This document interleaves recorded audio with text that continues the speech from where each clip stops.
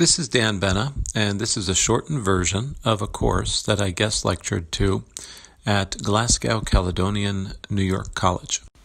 I shared a little of my personal background, a disclaimer, a little bit about the company I work for, PepsiCo, and then shared challenges and opportunities, the need for collaborative action, and then some open discussion. I have a wife, Diane, who's the love of my life, and we have 4 children, except the children all have feathers. And the biggest thing that I'm most proud of professionally is that I was able to lead the receipt of 4 different water awards in 4 years for PepsiCo. And on a personal level, I published a book in 2011, and it's about corporate conscience, and you can see the name of it here. I was pretty proud of that because I love the written word, and I love sharing whatever knowledge I have with others who are interested. Here's a necessary disclaimer that I have to use because I'm not speaking on behalf of PepsiCo, even though I am currently a full-time employee. And because I'm an employee, I wanted to share just a little bit about PepsiCo in the social responsibility and social investment space. PepsiCo is a huge company, and in fact, we're the second largest food and beverage company in the world and the largest in North America. And the thing that I always find most amazing is that we do business in over 200 countries and territories, which is more than the United Nations has members. So that's a remarkable reach. And thankfully, we have a really enlightened CEO, Indra Nooyi, who 11 years ago coined the term performance with purpose, which is PepsiCo's vision to deliver top-tier financial performance over the long term by integrating sustainability into our business strategy. And on this slide, you can actually read the quote from Ms. Nooyi about her description of performance with purpose. And performance with purpose is really good business. And our CEO has often said, it's not how we spend our money, it's how we make our money. We try to make our money the right way, doing good for the business while also doing good for society. And you can see some great metrics on this slide around nutrition, water use, efficiency improvement, sustainable agriculture, and then also how we've been named for 10 years to the world's most ethical company list. This gentleman is Dr. Mahmood Khan, who's PepsiCo's vice chair. And you can see what I highlighted here in yellow, which is the contribution of solutions to shared challenges, which I think is really the pertinent part of this presentation. So let's move on to some of those shared challenges. 17 goals, and they were all ratified by 193 countries at the United Nations in 2015. The SDGs, as they're called, apply to literally everyone on the planet. Although some of the goals, because they are so expansive, will apply differently to different stakeholders. So the Earth Security Index just recently issued a report where they mapped 39 dimensions of country risk that are material to the private sector, and they were using the Sustainable Development Goals as the framework. And people often wonder why the Sustainable Development Goals would be of interest to the private sector, because many people still see them very much as goals that were developed by governments for governments, and when in actual fact that couldn't be further from the truth. They are a remarkable opportunity for the private sector in collaboration with governments and academia and stakeholders to truly work collaboratively to meet those goals. And from a numbers perspective, there was a report called Better Business, Better World that recently identified a $12 trillion U.S. opportunity every year in revenue and savings by the year 2030 related to the Sustainable Development Goals. And Accenture, in a report called Corporate Disruptors, did a really great job at showing why business should be interested in the SDGs. And primarily it's the 4 bullets you see: growing revenue, building brand, reducing costs, and something that every company is interested in, mitigating risks. In that same report, Accenture talks a lot about the enablers that will be necessary to meet the SDGs. And you can see them on the slide, like physical infrastructure, digital infrastructure, financing and investments, different partnership models, and then data and accountability. The private sector is really good at many of these, so it's a clear opportunity for the private sector to engage. And I thought this quote was really compelling. It's from Volans, and they took it from the Transformation of Growth report in 2017. And in it, they summarized the sustainability revolution, as it is called, as likely to be the most significant event in economic history. Bigger, in fact, than either the Industrial Revolution or the Agricultural Revolution. That is a remarkable, remarkable transformative opportunity.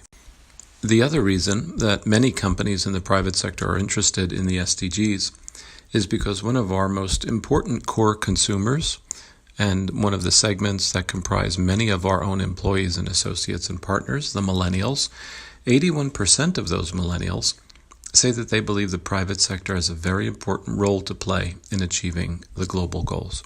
And when they were asked in a little bit more detail specifically, how can businesses help in achieving those goals, you can see those on the slide here. Things like creating new business models and partnerships, creating innovative products, creating jobs, creating skills, charitable giving, and a whole host of other opportunities. And the thing that I find so fascinating is that there are multiple studies and reports from a variety of different sources, and all of the key messages in those reports are really starting to converge. This is a report from Sustainable Brands and GlobeScan called The Public on Purpose, and you can see here reasons across 22 countries of why a company is perceived to have a strong purpose. And it maps really nicely to those things that the millennials said were important. But how do you boil all this down? I mean, ultimately it's about driving value, driving business value and societal value, but it could be very complicated and in fact very daunting. Well, what PepsiCo did was boil it down specific to our industry. PepsiCo looked through three lenses: world relevance, business impact, and corporate reputation, as a way to really more broadly define business value. And those elements of that expanded definition are on the slide, the 5 data points that you see here. But this course was to a class in a degree program for international fashion marketing. So how does this all boil down to the fashion industry? Well, there's a great resource called The State of Fashion 2017, and it's an industry review for 2016 and also an industry outlook for 2017.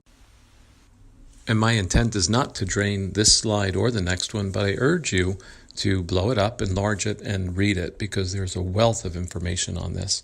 In this slide, it's a summary of the trends in 2016 along the economy and consumer shifting and the fashion system. And on this slide, it was a forward look to 2017 and the trends that can be expected. Things like intensifying volatility, urban engines, shrewder shoppers, the wellness dividend, changing the system, organic growth, a host of things that really are in fact proving to be true.